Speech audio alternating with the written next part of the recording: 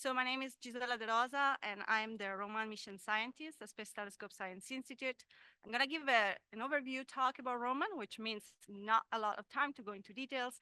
Feel free to reach out to me during the conference, or if you have questions about data access, Roman platform, please reach out to Josh, John Wu, and Jonathan Hargis here at the conference too. Sorry to put you on the spot. Let's start. So Roman is the next NASA Class A mission that was recommended by the 2010 Decadal Survey, and it's coming up pretty fast. Launch date is no later than May 2027. Now, I know what you're thinking. You're like, yeah, sure, launch date. No, I'm telling you, we're working towards a launch readiness date in October 2026. So this is coming up. Science pillars are twofold. They were identified by the decadal. On one end, we have cosmology, so dark energy and expansion of the universe. And then on the other end, we have exoplanet census. But most importantly, we want to allow a broad range of transformational astrophysics with this new survey mission. Now, Roman is a survey mission, but it's also a community-driven mission. The surveys that will address the key science questions are being defined by you all, by the community. And in addition to that, at least 25% of the prior mission time will be devoted to PI general astrophysics surveys. And this is also coming up, okay? The first call for proposal is planned for October 2025. So I hope I'm grabbing your attention here. Let's talk briefly about the Roman Observatory. It's HST twin, so 2.4-meter aperture, and it's gonna orbit L2, same as JW. It has two instruments. The workhorse is a WFI, the wide field imager, that will cover everything between the visual and the near infrared. The RADES filter is kind of a KS filter. It has a broad field of view, wide field of view, 0.28 square degrees that we are mapping on 18 H4RG detectors. These are a 4x4K detectors, and they're the next generation with respect to what you're used to with JWST.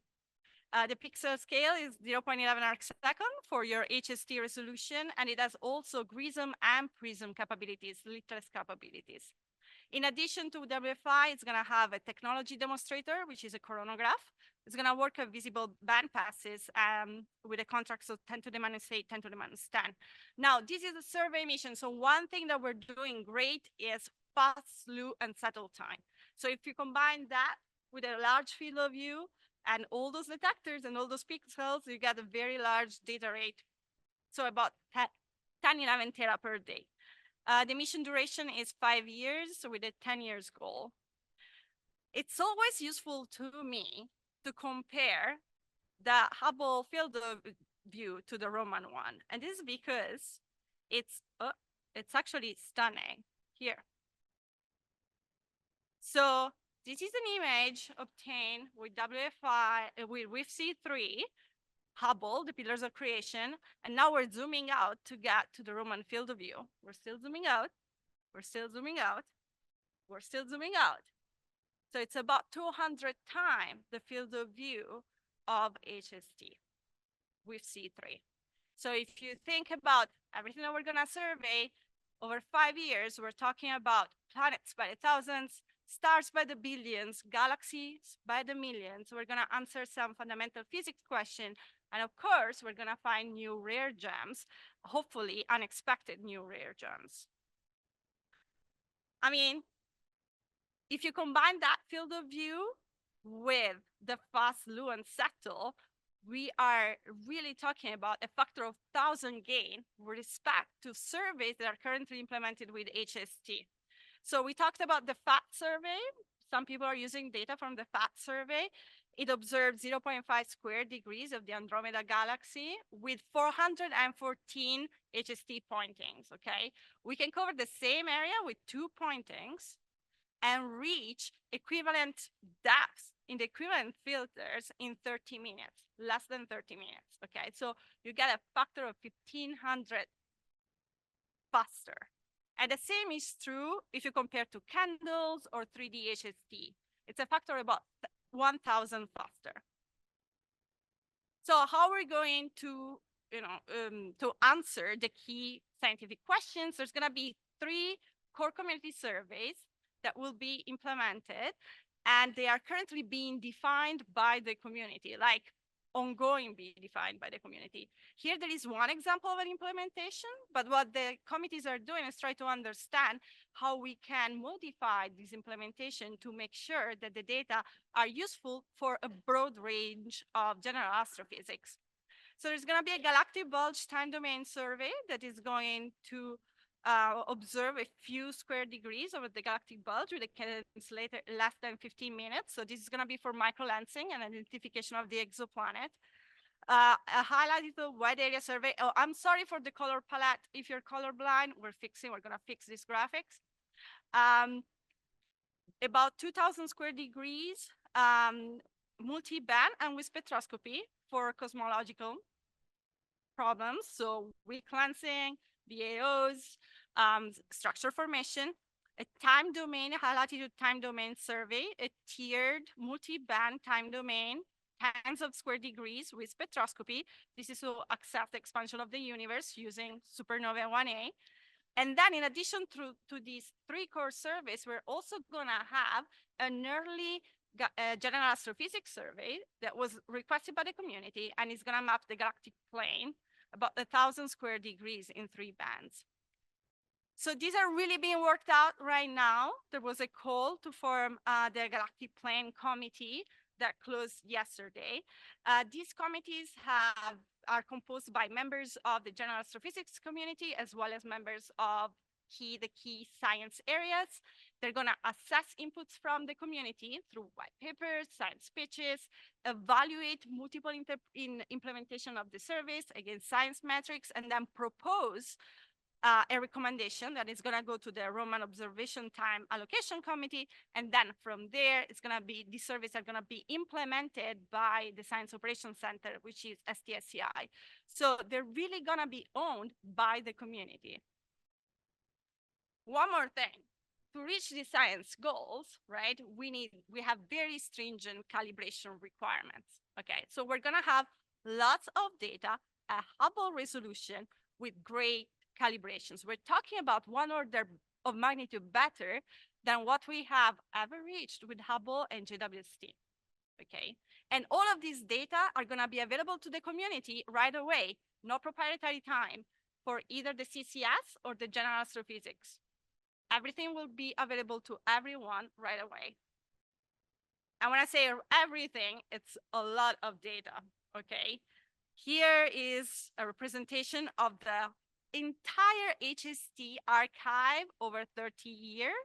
And this is what we expect projected for Roman. We're talking about 30,000 tera at this point. So Space Telescopes is the Roman Science Operations Center. This is a very distributed mission. 2 of the major things we're dealing with at Space Telescope are the planning and scheduling subsystem, making sure that people can plan for their observations, as well as most of the data management subsystem. And one thing is that we're going to host the entire archive on MAST, and we're going to develop a Roman science platform, and the science community will be able to access data through both MAST and the science platform. A few tools are already available for all of you to use. I put QR codes everywhere. So WebPSF is being adapted to work with Roman models, so you can generate Roman PSFs all over the field of view. Pangaea is the exposure time calculator. It's available for you to use, and we're going to have a web interface available by fall. We also have an astronomical scene generator, STIPS, and we're currently working on the development of the data imaging simulator, Roman iSIM, that will soon be available. We also have a few tools to deal with science aperture as well as synthetic photometry. Finally, we have adapted the astronomer proposal tool. Now, if you have ever implemented an HST survey or a JWST survey, you know how painful that was. Well, we have completely restructured the hierarchy, and now it's super fast to implement a survey, a very large survey in APT. I invite you to check it out. We're still working on some developmental things, but we are getting feedback from the community and iterating with them. Few more words, as I said, we're also developing the Roman Science platform. Now it's gonna be a Jupyter Hub. It's gonna bring the user to the data. We're trying to decrease as much as we can the need for downloading the data, and it's gonna offer an easy and efficient access. It's going to offer cloud-based computing resources. One thing that it's important and I want to stress is that resources for exploratory work will be available with no need to write grant proposals. They will be available to everyone. And it will include pre-installed software and tools for simulations, data simulations, calibrations, visualization, analysis, and training. Please look out for a lot of updates, Splash at the AAS in winter AAS in January. So the Roman Science platform, we're really hoping that will democratize data and computer access. One last thing, so I wanted to close on with this, right? I mean, we're opening a very new parameter space. We're gonna go deeper. We're gonna have Hubble resolution on all of this data. So I've asked some of the scientists that work at on Roman, a space telescope, like what do you expect will be revolutionized by the use of Roman? And there are clearly, I mean, this list is biased. There's clearly a lot of interest in the low surface brightness universe. We're going to have a lot of new data on dwarf galaxies, stellar streams, galaxy environment. This is going to be both, you know, in resolved and unresolved stellar pops. And of course, transients is going to be huge, right? We're going to be able to observe for the first time high redshift transients. But what I think is going to be important is all the unknowns that we're going to find, right? We're going to have a lot of unexpected objects that it's going to be difficult to identify in this huge data set. There are lots of ways to get involved with Roman. I've put in a few links here. There are working groups, community working groups.